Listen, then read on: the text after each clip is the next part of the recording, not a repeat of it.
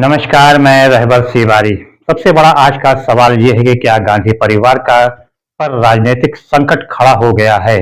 क्या देश की राजनीति से अब गांधी परिवार को किनारे कर दिया जाने वाला है?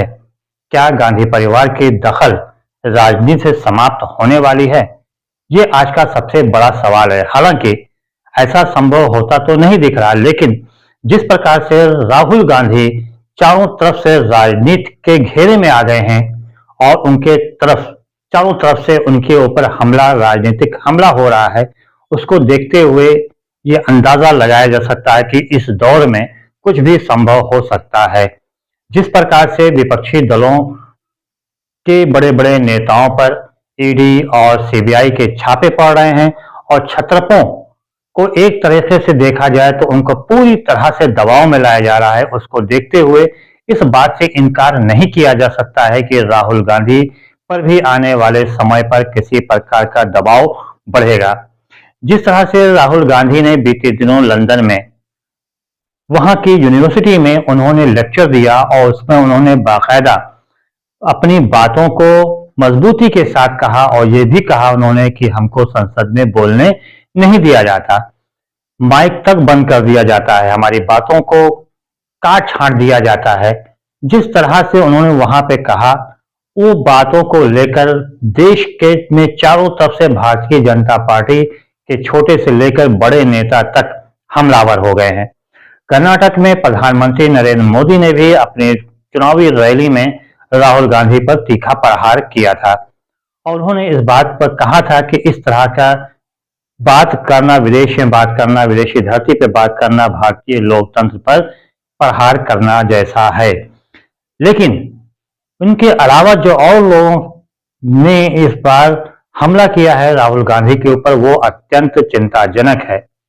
आपको याद होगा कि भोपाल की सांसद साध्वी प्रज्ञा ठाकुर, जिन्होंने सीधे तौर पे कह दिया कि राहुल गांधी को देश से निकाल देना चाहिए, उनको अब राजनीति से बाहर कर देना चाहिए, उनको चुनाव नहीं लड़ने देना चाहिए, उनको संसद में प्रवेश नहीं करने देना चाहिए। इसके अलावा गिरिराज सिंह ने भी सीधे तौर पर मांग किया, सदन में मांग किया कि राहुल गांधी ने जिस प्रकार से विदेशी धरती पर भारत की गरिमा को घटाया है, लोकतंत्र पर उन्होंने प्रहार किया है, वो गलत है और उनको संसद में प्रवेश नहीं करने देना चाहिए, उनको राजनीति से बाहर कर देना चाहिए या फिर पूरे तौर पर खुले तौर पर देश में आए और सार्वजनिक रूप से माफी मांगे। उपराष्ट्रपति तक ने उन पर सीधा हमला किया और उन्होंने कहा कि किस प्रकार से राहुल गांधी ने ऐसा किया, ये पूरी तरह से गलत है। दोस्तों, अगर यहाँ पे राहुल गांधी की बात किया जाए तो राहुल गांधी ने जो कुछ भी किया वो लोकतंत्र के खिलाफ नहीं है। ये नहीं कहा जा सकता कि भारतीय लोकतंत्र पर हमला है या भारत का अपमान है।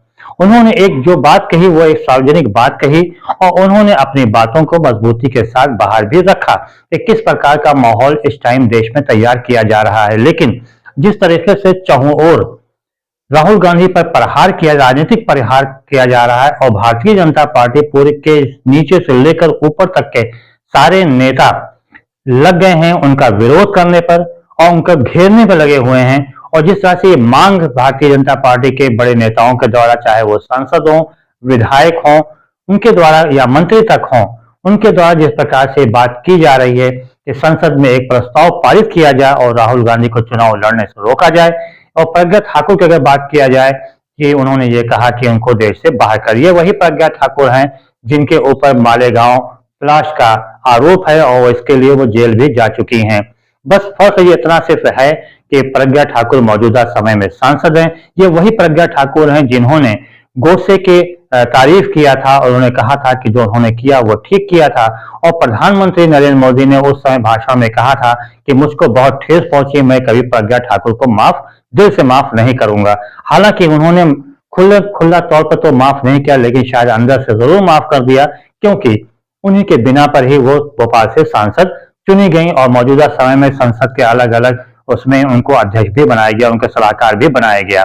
ये है प्रज्ञा ठाकुर। गिरिराज सिंह की बात अगर किया जाए तो गिरिराज सिंह हमेशा विवादों के घेरे में रहते हैं। वो अपनी बातों से तरह तरह की बातें वो अक्सर इस तरह की किया करते हैं। उपराष्ट्रपति ने जिस तरीके से बात किया, हालांकि जो उनकी पोस्ट जो पद है उससे गरिमा के अनुरूप उन्होंने नहीं किया, उन्होंने अपने गरिमा पद की गरिमा के विपरीत बात की है।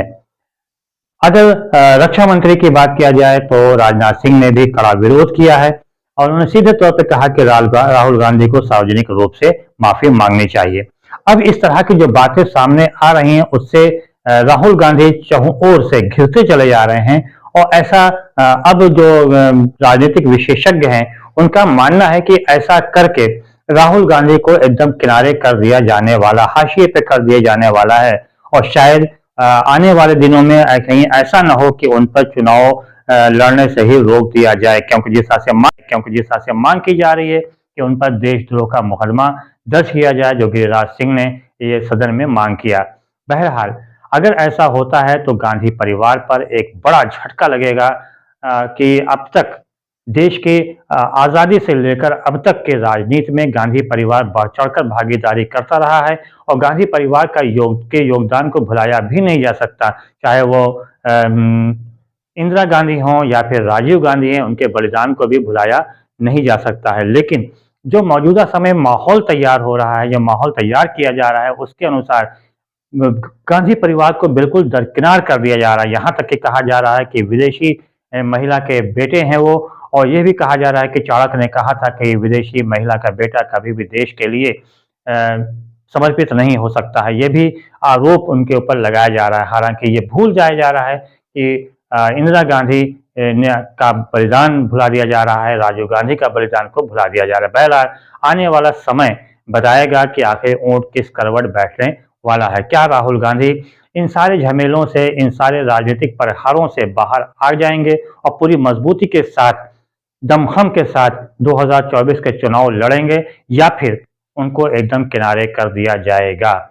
अगर ऐसा होता है तो भारतीय राजनीति पर बहुत ही बड़ा झटका लगने वाला है और भारतीय लोकतंत्र पर भी बड़ा प्रहार होने वाला है। तो इजाजत दीजिए रहबर सिवारी को।